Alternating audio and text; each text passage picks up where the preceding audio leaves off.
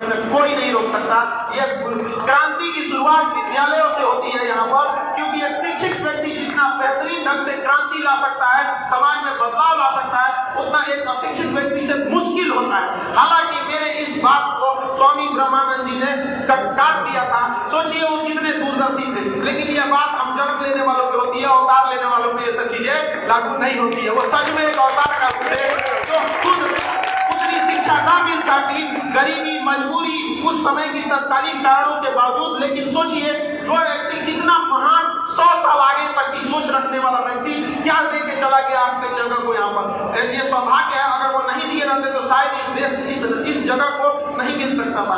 जब हम आए तो हमें लगा कि होगा कोई विद्यालय, लेकिन जब हम यहाँ आने के बाद हम चौंक गए यहाँ पर। और हम आप सबसे वादा करते हैं, आप सब मिलकर इसे यूनिवर्सिटी का दर्जा दीजिए। यूनिवर्सिटी बनेगा, हम वादा करते हैं हम यहाँ के गेस्ट लेक्चर लेंगे। यहाँ पर वादा है हमारा। बुंदेलखंड की धरती से, मगध की धरती से आए हैं, बुंदेलखंड की धरती से एक सौगात मांगने आए हैं कि आप सब लोग मिलकर इसे महाविद्यालय से विश्वविद्यालय की ओर ले जाइए। कोई जरूरी नहीं कि आपके साथ कोई खड़ा ही होगा, कोई जरूरी नहीं। स्वामी जी के साथ कितने लोग खड़े थे, लेकिन स्वामी जी की एक सबसे अच्छी चीज लगती है, उनका कहना था विचार विमर्श योजना बनती रहेगी, तुम शुरुआत तो करो, कारवां तुम्हारे साथ चलेगा। शरीर वाला व्यक्ति छोटी सी कुटिया से कहां लेके चला गया समाज। क्या हम लोग उन्हीं के दिखाए हुए नक्शे पे चल रहे हैं तो इस क्षेत्र का बदलाव हो जाता था। एक समय था जब यहाँ कृषि विद्यालय रखे गए थे तो लोग महाराष्ट्र, गुजरात, बंगाल, बिहार से यहाँ कृषि विद्यालयों में पढ़ने आया करते थे। लेकिन क्या हम लोग ने उनके दिए गए कर कमलों पे चले हैं, उनके अधूरे सपने को पूरा किए? एक बार हमें अपने आप से सोचने की जरूरत है। शिक्षा बहुत जरूरी चीज है, बिना शिक्षा के आप कुछ नहीं कर सकते।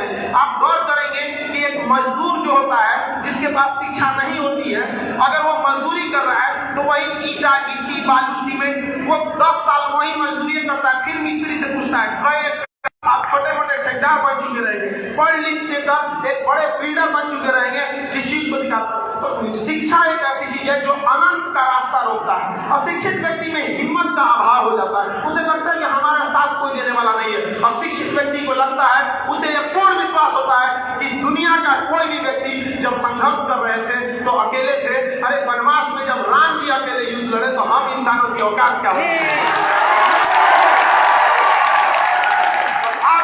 पढ़ना पड़ेगा सारी चीजों को छोड़कर। यहाँ पे सबके साथ आज के युवाओं के पास संसाधन है। जब हम लोग का समय था पढ़ने के लिए तो केवल गुरु होते थे, किताबें होती थी। आज के टाइम आपके पास गूगल है, इंटरनेट है, आप किसी चीज को सर्च कर सकते हैं। लेकिन आज का युवाओं में भटकाव इतना ज्यादा है कि सुबह उठता है, आज का युवा जाग गया है, अब 1.5 GB डाटा खत्म करेगा, सो जाएगा। यही तो हो गया है आज का युवा। यहाँ पर आप अगर मोबाइल चलाते ही हैं तो अगर आपको इतना ही शौक है तो अपनी जरूरत की चीजों को देखिए, उसमें भी बहुत इंटरेस्ट है। नशा अगर करना ही है तो शिक्षा का नशा करो ना। दिल लगाना है तो किताबों से लगाओ, बेवफा भी निकली तो मुकद्दर बना के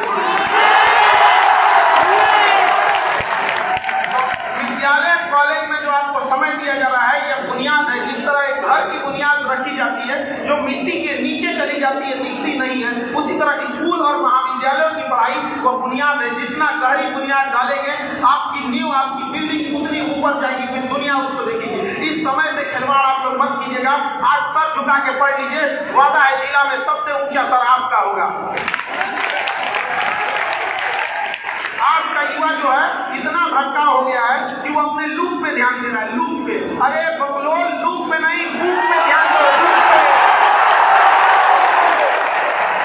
ये लूप किसी काम का नहीं है। सन आगे कि नहीं आ गया, बुक पे ध्यान दे, बुक पे। सन आगे कि नहीं, बुक पे ध्यान दो, पढ़ लिख के अधिकारी बनो। लड़की से मत बात करो, लड़की के सीधे पापा से बात करो।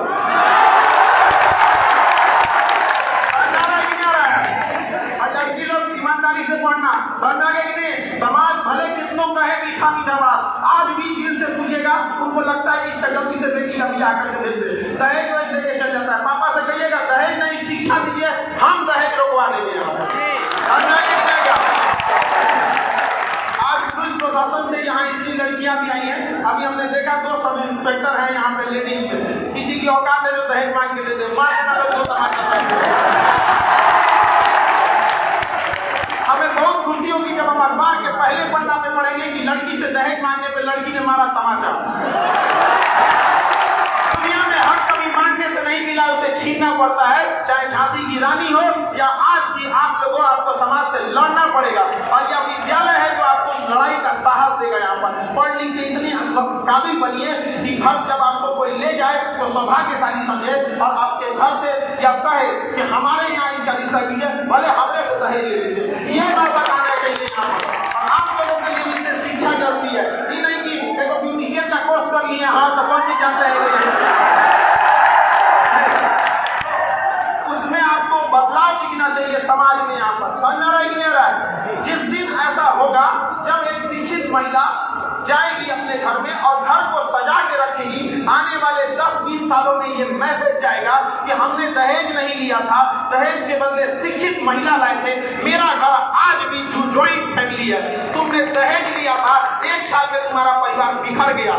जिस दिन 10 साल तक ये मैसेज जाने लगेगा ना, थरथरा जाएंगे पुरुष लोग, भैया घर अगर सुरक्षित रखना है। माँ बाप को भी लगेगा कि बुढ़ो माँ बाप ना बुढ़ापा में रोते हैं कि पतो हमारे साथ ऐसा किए, अरे ये वही माँ बाप है जो चढ़ के दहेज लिए थे ना भैया, ससुराल को तो हॉस्टल बना दिया हमने, एक के बाद दहेज के रूप में फीस दे के चल रही, हम क्या खोज रहे हैं यहाँ पर। तो ये समाज को भी ये सोचना पड़ेगा, आप लोगों को भी दिखाना पड़ेगा। लड़की लोग समझिएगा इस चीज को, समाज पुरुष प्रधान नहीं है। अगर समाज पुरुष प्रधान होता तो रिक्शा चलाने वाले पुरुष का भी उतना ही अहमियत होता जितना एक बड़े जमींदार और बड़े लोगों का होता है, उसका भी अहमियत नहीं है। समाज, आज का समाज पैसा प्रधान हो गया है और समाज घुमा के आपसे ये कहता है कि तुम पढ़ो नहीं। अरे पढ़ाई छुड़वाना उसका इरादा नहीं है, इरादा तो है कि पैसे से कंट्रोल छुड़वा देना। अल्टीमेटली आप कहाँ झुकती है? एक समय आता है कि भाई पैसा के लिए तो पति के पास ही जाना पड़ेगा। जिस दिन जॉब होगा ना, उस दिन उसको भी लगेगा कि ना मतलब इसको नहीं बोल सकते।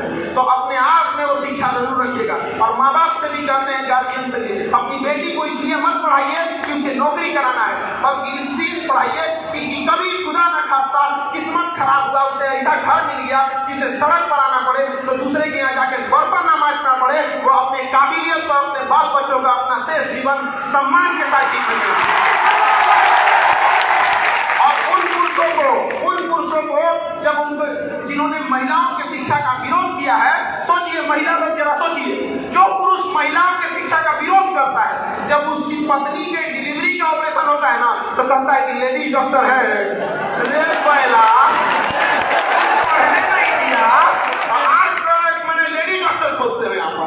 तो देखिए समाज से अभी आपको ये पीढ़ी ट्रांजिशन पीढ़ी है, अभी आपको चुपचाप संघर्ष करना पड़ेगा। अभी आप कांच है इसलिए चुपते हैं, जिस दिन आईना बनेगी पूरी दुनिया आपको देखेगी यहाँ पर। इसलिए सब झुका के पढ़िए। माँ बाप ने आपको पढ़ने के लिए भेजा है। यह युवा पीढ़ी जो होती है, ये जिस उम्र में आप जी रहे हैं, ये सबसे कीमती जीवन का समय होता है। अगर इसमें समय बर्बाद कर दिए तो समझिए कि आपने अमृत से अपना पैर खो दिया। आपसे साथ बेवकूफ कोई नहीं यहाँ पर। सौभाग्यशाली है जिनको इतना शिक्षा मिला है। बहुत लोगों को शिक्षा नहीं मिल पाता है पैसे के अभाव में।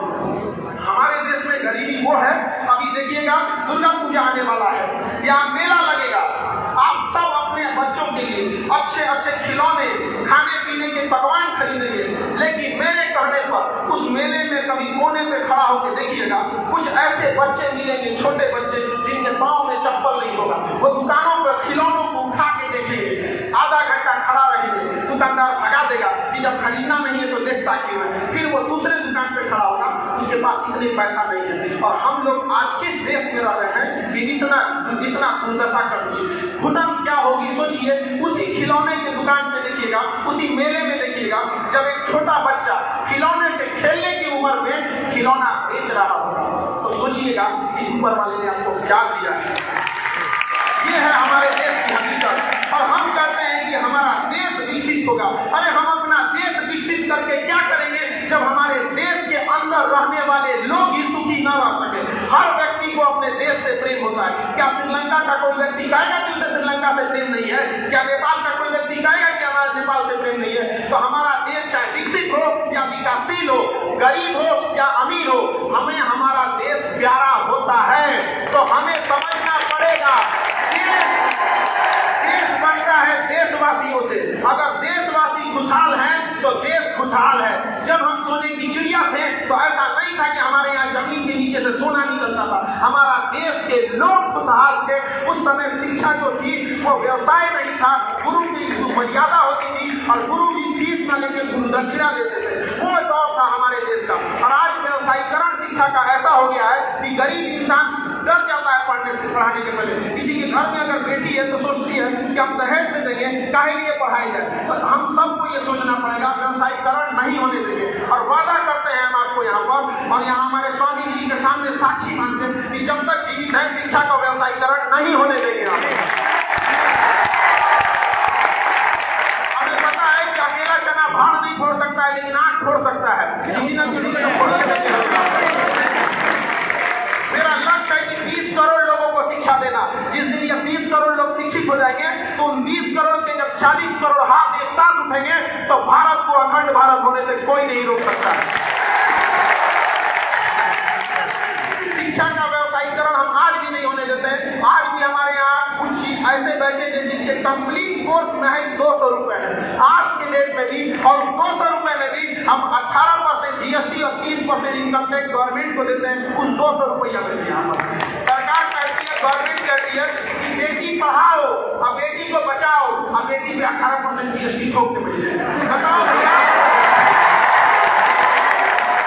क्या चीज का मतलब बनता है? अरे भाई ठीक है, हम पुरुष समाज वालों से आपने 18% GST लिया, टैक्स के लिए जरूरी है, लेकिन कम से कम महिलाओं को तो छोड़ देना चाहिए। एक सुर में महिलाएं आवाज उठाएं। ये बुंदेलखंड वीरों की धरती रही है, यहाँ से आप आवाज उठाइए। हमें बहुत खुशी होगी जब ये सुनेंगे कि बुंदेलखंड की वीरांगनाओं ने, उन वीर महिलाओं ने अपने लिए हक की लड़ाई लड़ी थी। हाथ पे हाथ रख के नहीं होगा, तो वो नारा बोल देने से नहीं हो जाता है कि बेटियां पढ़ने लगेंगी। ये दिखना चाहिए धरातल पे कि बेटियों को पढ़ने के लिए कुछ किया जा रहा है। और सारे बच्चों से कहते हैं, जब बेटियां बहनें जब क्लास में पढ़ने आती है तो सम्मान से देखिएगा। आप अपनी बहन के लिए शेर बन जाते हैं तो दूसरे बहन के लिए कुत्ता मत बनिएगा।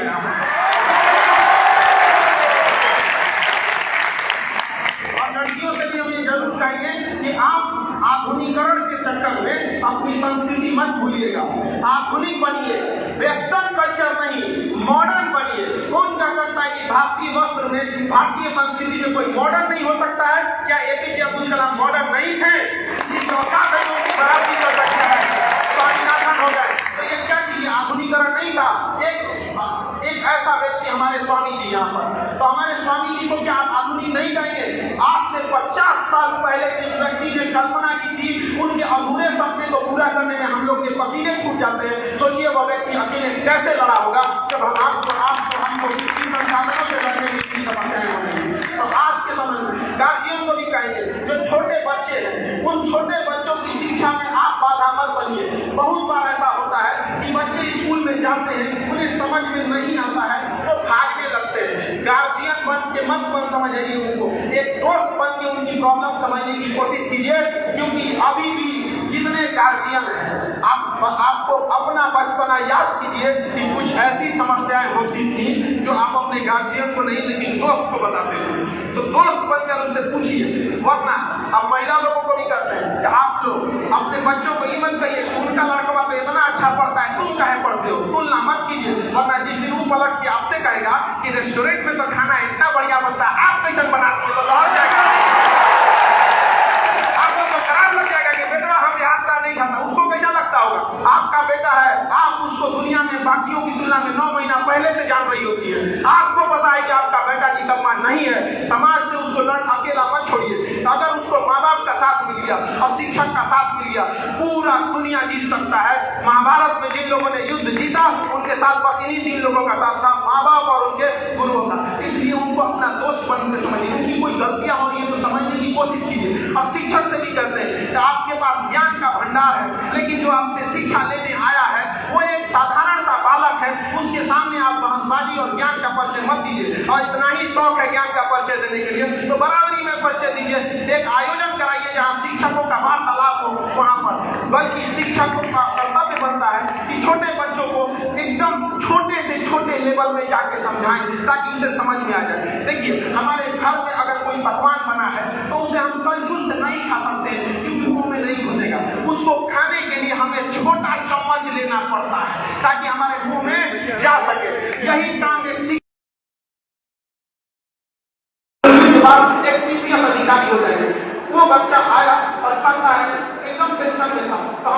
पूछे, अरे भाई तुमने दुनिया की दूसरी, भारत की दूसरी सबसे बड़ी परीक्षा IAS के बाद PCS होता है, उसका प्रीलिम्स निकाल दिया, अभी इंटरव्यू के बाद तो तुम PCS अधिकारी निकाला है।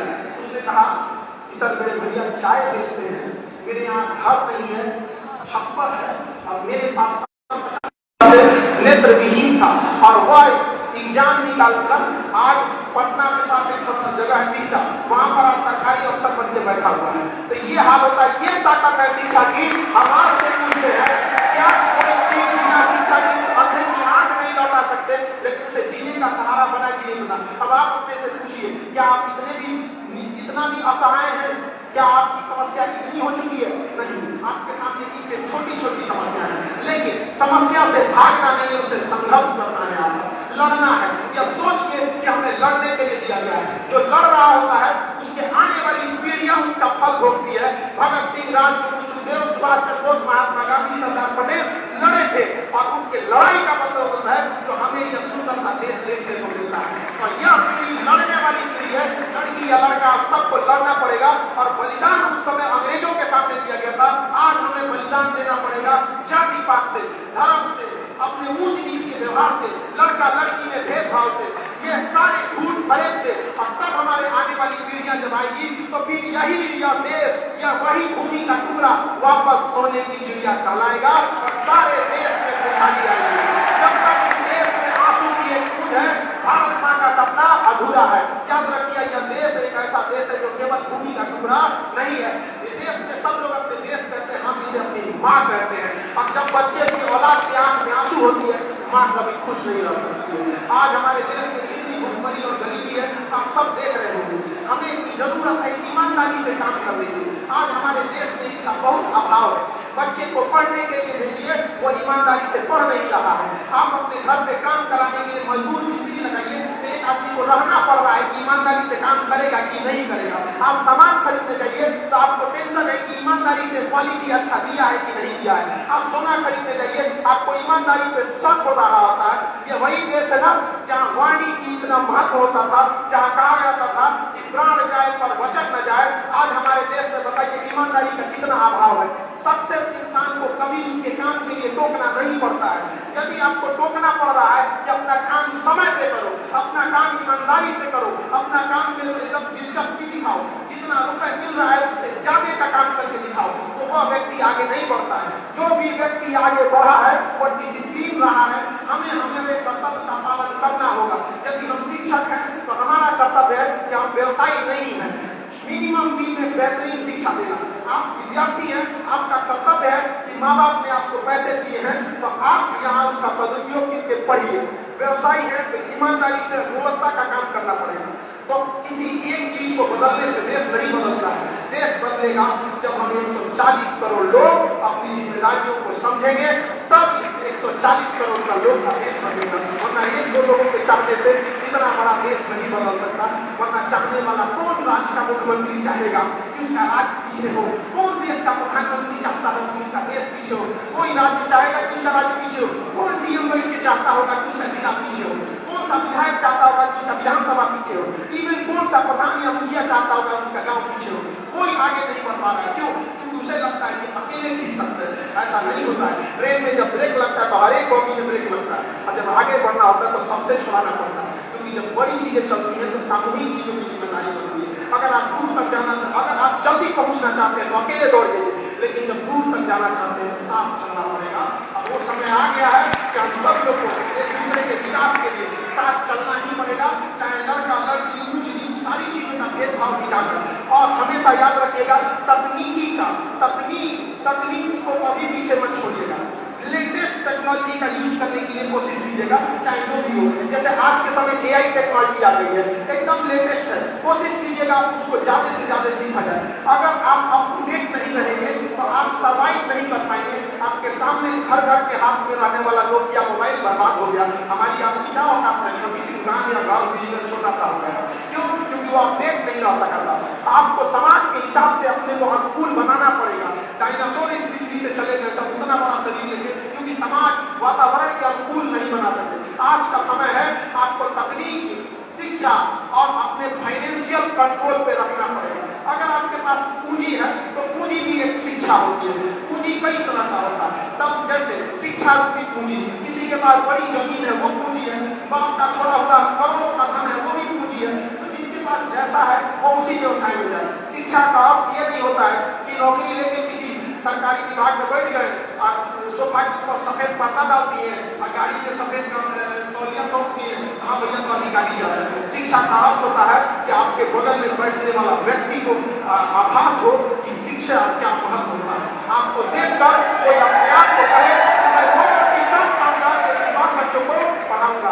शिक्षा से अमीर वही व्यक्ति होता है, शिक्षा रूपी धन से जब कोई अमीर होता है तो उसके बगल में बैठे व्यक्ति को आभास नहीं होता है कि वो गरीब है, गरीब व्यक्ति को भी आभास होता है। लेकिन अगर कोई केवल धन से अमीर होता है तो उसके वातावरण उसका आचरण बता देता है और आपको फील होता है कि यह व्यक्ति बहुत अहंकारी है। शिक्षा इसके अंदर नहीं है। तो हम यही कोशिश करेंगे बुंदेलखंड की धरती हमेशा क्रांतिकारियों की धरती रही है। एक बार फिर से इतिहास दोबारा दोहराने के लिए इंतजार कर रहा है, आतुर है आप लोग के योगदान के लिए। सब एक साथ मिलकर इस देश का, इस क्षेत्र का पूरा कल्याण करें और फिर से स्वामी जी के अधूरे सपने को पूरा करें।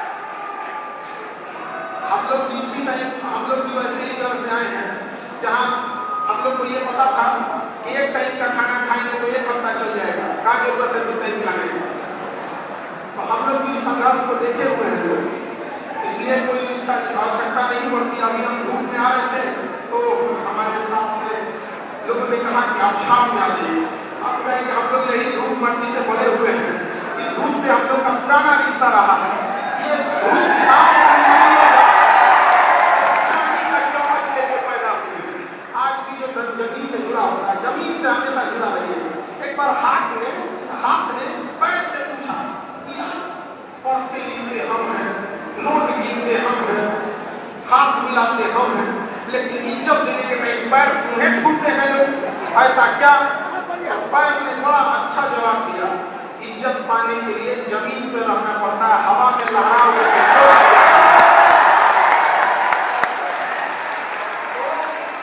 व्यक्तित्व में इतना साधारण रहिएगा, बुलंदी पर बैठिएगा, लेकिन व्यक्तित्व इतना साधारण रखिए कि जब आप जमीन पर बैठे तो लोग कहें कितना महान है, ना ये कहें कि कितना गरीब है। बड़ा इंसान आज भी अब्दुल कलाम करते जमीन पर बैठते तो लोग कहते क्या संस्कार है।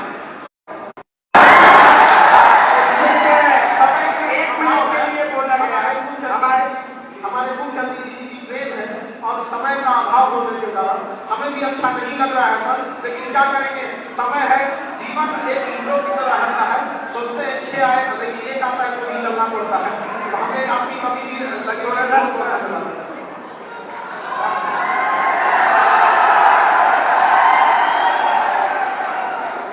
मोबाइल संभाल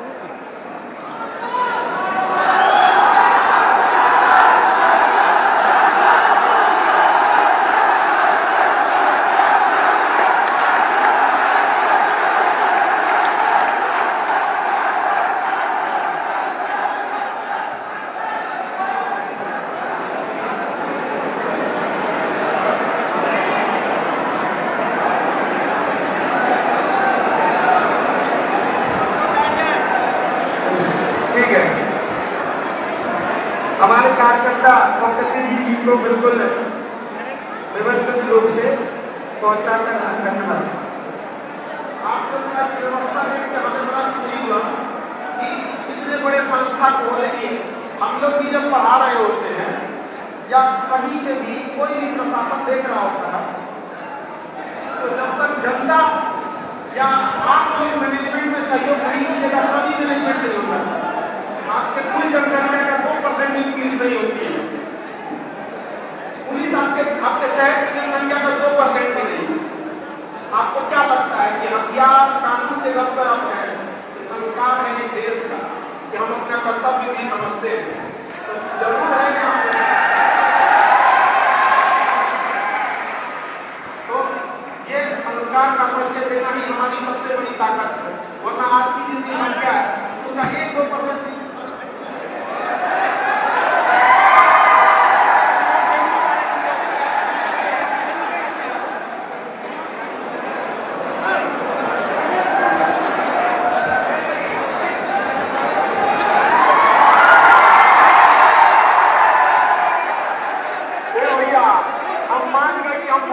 पॉइंट में है वो।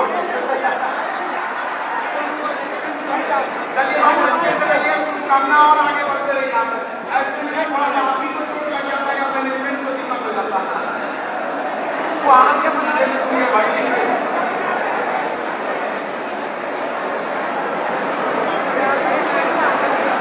देखिए आप सारे विद्यार्थियों से हम जरूर कहना चाहेंगे कि देखिए आप टाइम टेबल या प्लान ज्यादा मत बनाइए। टाइम टेबल ज्यादा बनाने और प्लान बनाने से किसी का कुछ नहीं हुआ है। यहाँ जितने लोग बैठे हैं सबके दिमाग में एक और ऐसा नहीं आइडिया है कि उस आइडिया को इम्प्लीमेंट करने के लिए कोई लोग करोड़पति बन जाएगा। आइडिया और प्लान बनाने से कुछ नहीं होता है, आगे वही बढ़ता है जो काम कर रहा होता है। काम करने के लिए चाहिए आपके पास शिक्षा, ये सब चीजें। तो ज्यादा टाइम टेबल मत बनेगी। अब किसी चीज को टारगेट करेंगे, क्योंकि जिसने कहा कल दिन गया कल, जिसने कहा परसों बीत गए वर्षों, और जिसने कहा आज उसी ने किया राज। इसलिए आज दिन को नहीं टालना। शिक्षा की एक अच्छाई भी है तो इसकी खराबी भी है, क्योंकि देखिए कभी भी आप किसी चीज में इन्वेस्ट करते हैं तो उसका रिटर्न आता है। बैंक में रखिए, शेयर बाजार में रखिए, उसका इन्वेस्ट आता है, लेकिन बैंक शेयर बाजार का इन्वेस्ट 5-7 साल में चला आता है। लेकिन शिक्षा में अगर आप इन्वेस्ट कीजिएगा तो कोई छोटा बच्चा उसको नर्सरी में एडमिशन करेगा, वो इतना ना उसको पढ़ने में दिक्कत होगा, कहीं CICD को लिख देगा। उन सबको पढ़ाना सबसे मुश्किल है, बहुत मुश्किल है उन सबको पढ़ाना। सोचिए जो उनको ABCD पढ़ा रहे होते हैं वो शिक्षक बहुत मेहनत करते हैं, और हमारा समाज सबसे कम तरजीह, सबसे कम अहमियत उन्हीं शिक्षकों को देता है। अरे भैया हम लोग पढ़ा लिखा के डॉक्टर, इंजीनियर, कलेक्टर, SP बना देते हैं, नीचे का बुनियाद जिसने तैयार किया उसको कोई पूछता ही नहीं। तो एक बार जब आप कामयाब हो जाइएगा तो उन शिक्षकों को भी जरूर समझाइएगा। एक बार की बात है, एक छोटे विद्यालय में कहते हैं जहाँ नर्सरी के बच्चे थे, उस नर्सरी के बच्चे में देखिए शिक्षा का कोई उम्र नहीं होता है। एक नर्सरी के बच्चे ने हमें ऐसी बात बोला कि हम भावुक हो गए। वहां पर हम छोटे बच्चे को पढ़ा रहे थे तो हमें क्या समझ में आया क्या सिलेबस है क्या नहीं है, तो हम ऐसे ही बता रहे थे कि बच्चों खाने पीने में ध्यान देना। और वो छोटे बच्चे के मुंह से हम कहें कि डेली 1 गिलास दूध पी दे रहा है, तो हम ऐसे बोले कि सारे लोग अच्छे स्वास्थ्य के लिए डेली 1 गिलास दूध पियोगे तो अच्छा रहेगा। हाथ उठाओ कौन कौन किसके किसके घर आता है। सारे बच्चों ने हाथ उठाया। एक बच्चे से पूछे तुम नहीं दूध पीते हो बाबू? उसने कहा कि नहीं सर, हम लोग गरीब हैं, हमारे यहाँ नहीं आता है। एक छोटा बच्चा जो नर्सरी में पढ़ रहा है, संसार में गरीबी ने उसको भी अपना परिचय करा दिया है। दुनिया में अगर कोई चीज बेशरम है तो गरीबी है। कमबख्त उम्र का भी ख्याल नहीं रखती है, छोटे बच्चों को भी बुला देती है। उस बच्चे से पूछिएगा कि बस्ता ढोने की उम्र में जब उसके ऊपर जिम्मेदारी आ जाती है परिवार की, तो दाढ़ी मोछ आने से पहले जब कोई मजदूरी करने निकल जाता है तो उसको भी बहुत तकलीफ होता है। जब वो किसी का गाड़ी खुल रहा होता है उसके मन में ये ख्याल तो जरूर आता होगा कि हम भी पढ़ लेते, मेरे माँ बाप भी पढ़ा देते तो शायद आज ये गाड़ी हमारी होती। आज हम पोछा लगा रहे हैं। हमारे पास ऐसे गार्जियन हजारों की संख्या में आते हैं। जब हम शिक्षा चालू किए तो हर चीज की एक पहचान होती है। तो हमने भी यही कसम खाया था कि रिक्शे वाला का बेटा, सब्जी वाले का बेटा, जिसे कोई नहीं पढ़ा सकता है उसे हम पढ़ाएंगे और बिना भेदभाव के। तो आप सब लोग को ये, जैसे हमारे स्वामी जी का यही सपना था, हम लोग भी इसी में कुछ योगदान देते हैं कि उनके सपने को पूरा किया जा सके और समाज को इस जाति पात भेदभाव से हटा देना है और सब एक भारतीय बन के रहे। कई लोग हमसे पूछते हैं नाम क्या है, हम कहते हैं हम हिंदुस्तानी है, इससे बड़ी पहचान क्या है? क्या पहचान है आपको? आपके लिए अगर कोई जरूरत पड़ेगा तो ये देश ही खड़ी है, दुश्मन का बाजा बजा देगी। इन्हीं सब शब्दों के साथ हम आपसे जरूर एक उम्मीद लेके जाते हैं कि हम जब यहाँ लौटे तो आप सब मिलकर इस महाविद्यालय को एक विश्वविद्यालय का रूप दे सकें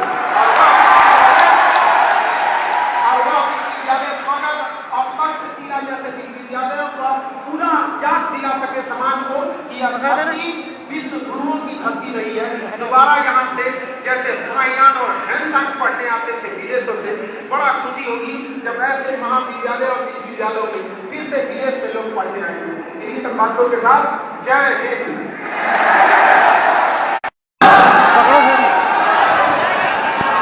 हेलो हेलो,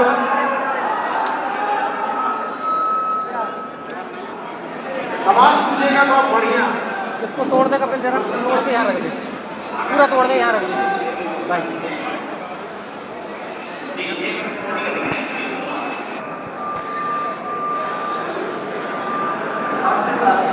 नमस्ते।